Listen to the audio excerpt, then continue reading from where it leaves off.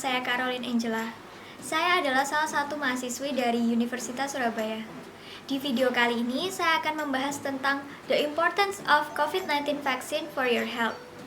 Sebelum kita membahas lebih lanjut tentang vaksinasi COVID-19, saya akan menjelaskan secara singkat apa itu COVID-19.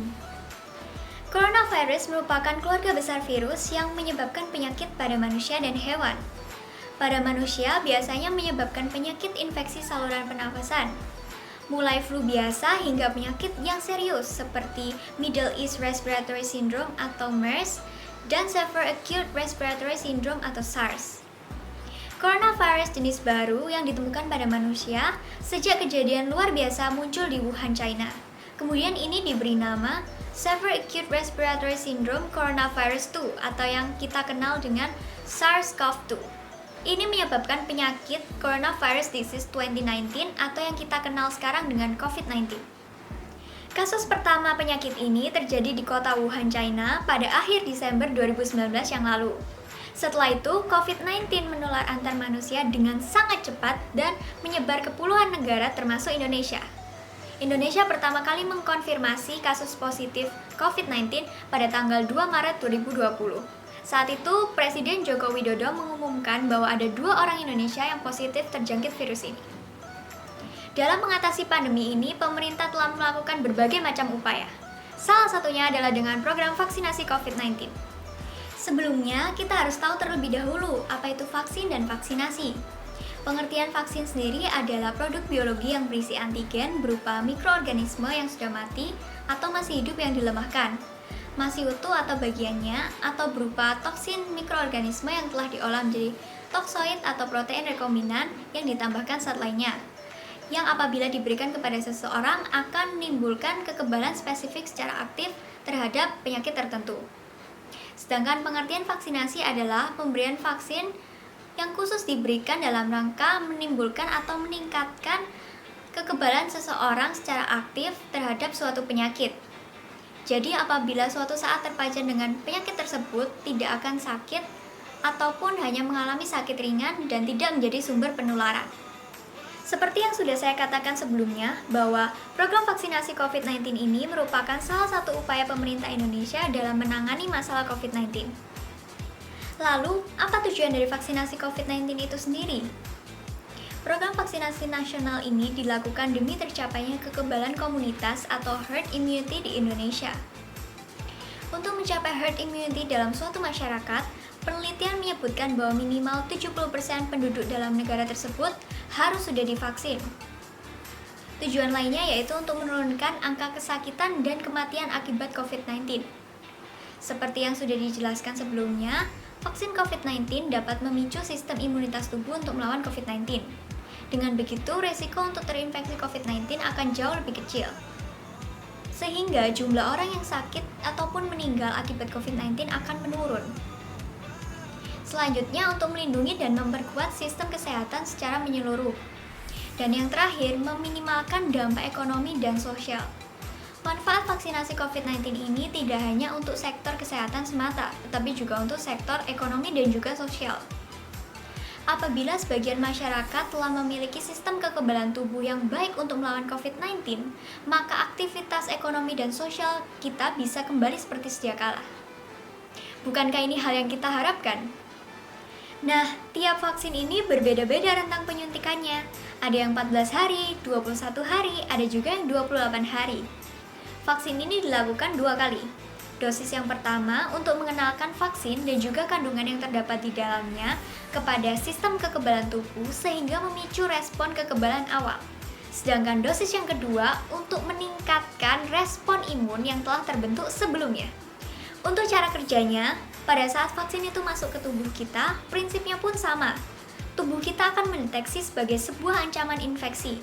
Lalu tubuh kita akan membentuk sistem untuk membuat kekebalan tubuh atau antibodi untuk melawan penyakit tersebut. Tubuh kita akan mengingat apa yang perlu diwaspadai, sehingga apabila ada virus, bakteri, ataupun kuman penyebab penyakit yang masuk, dapat dilawan. Selanjutnya, mungkin dari kalian ada yang bertanya, bagaimana cara mengukur efektivitas dari vaksin COVID-19 setelah vaksin tersebut disuntikan? Nah, vaksin ini kan membentuk antibodi. Antibodi inilah yang kita sebut dengan imunogenitas. jadi kemampuan vaksin untuk membentuk antibodi.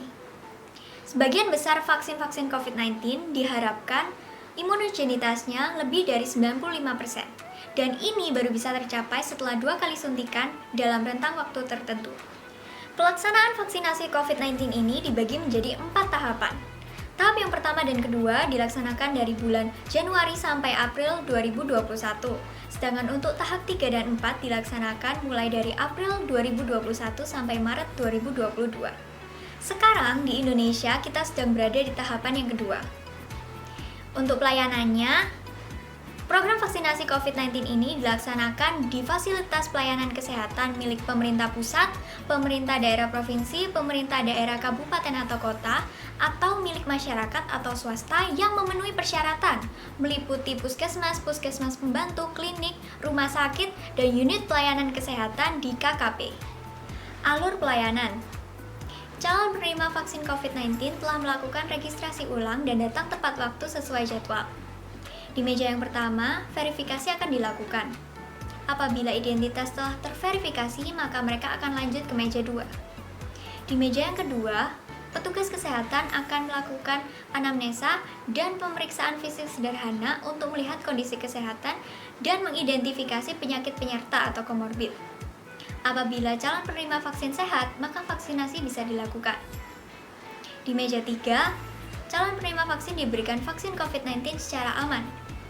Selanjutnya, petugas akan mencatat hasil pelayanan vaksinasi.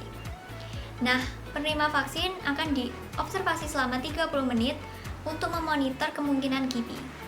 KIPI adalah gejala medis yang terjadi setelah imunisasi dan diduga terkait dengan imunisasi atau vaksinasi. Umumnya reaksi yang timbul seperti sakit kepala, lalu juga bisa mengantuk, lapar, dan juga mual. Jangan khawatir, ini adalah hal yang masih wajar dan hilang dengan sendirinya tanpa memerlukan pengobatan.